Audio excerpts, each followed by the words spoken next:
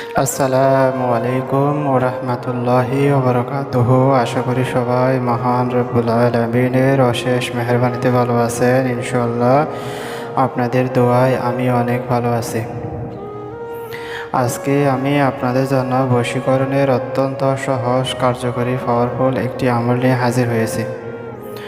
আশা করি সবাই একদম শুরু থেকে শেষ পর্যন্ত দেখবেন। যদি টেনে টেনে দেখেন তাহলে কিছুই বুঝবেন না, আর না বুঝে শত শত আমল করলে কোনো কাজ হবে না, কোনো রেজাল্ট পাবে না।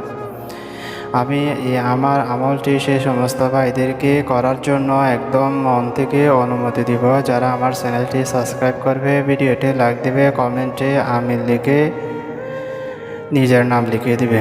হে আল্লাহ, আপনি আমার ভাই বোনদেরকে এই ছোট্ট কাজটি করার তৌফিক দান করুন। আমিন আমিন আমিন।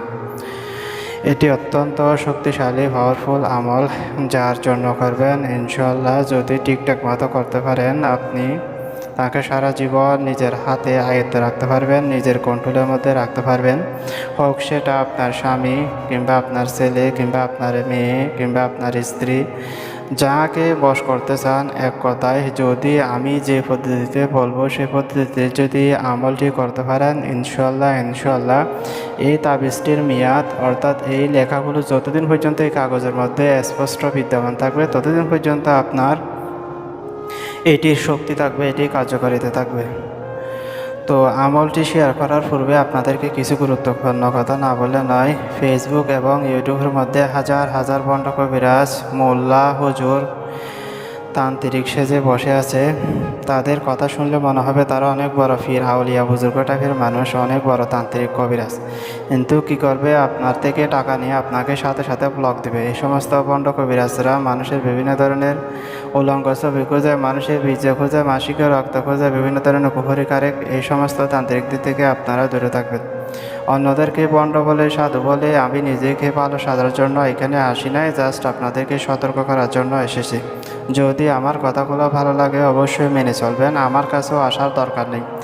আপনারা আল্লাহর রহমতে পবিত্র কোরআনের শরীয়ত সম্মত আমলগুলো আল্লাহর উপর ভরসা করে তাওয়াক্কুল করে আমার থেকে ইজাজত নিয়ে আমি যেভাবে বলবো আপনারা সেভাবে করবেন।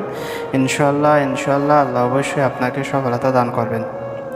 তো আমলটি আপনারা যে কোনো সময় করতে পারবেন, তবে বৃহস্পতিবার আসরের নামাজের পর করা সবচেয়ে বেশি উত্তম হবে। আপনারা অবশ্যই আমলটি করার পূর্বে পাক পবিত্র হয়ে নেবেন, গায়ের মধ্যে সুগন্ধিযুক্ত আতর লাগাবেন, চারপাশে একটু সুগন্ধি ছিটাবেন। জাফরানের কালি দিয়ে লিখতে পারলে সবচেয়ে ভালো, আর যদি না পারেন তাহলে এরকম একটা লাল কালির কলম দিয়ে লিখবেন, ইনশাআল্লাহ তাতেও রেজাল্ট আসবে। সাদা কাগজ অথবা বসপাতার কালি যে কোনো একটা দিয়ে লিখতে পারবেন।